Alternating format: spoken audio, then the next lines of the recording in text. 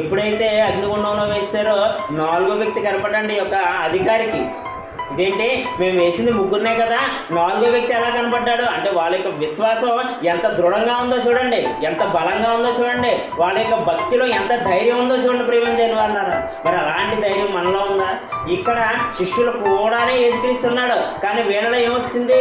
పిరికితనం వస్తుంది, అల్ప విశ్వాసం వచ్చేసింది. మరి మనతో కూడా దేవుడు ఉన్నాడని నమ్మకం మీలో ఎంతమంది ఉందండి? చేయొద్దండి. నాతో దేవుడు ఉన్నాడండి అది ఎంతమంది అనుకున్నారు? చేయొద్దండి. వెరీ గుడ్, చాలామంది చేయొద్దండి.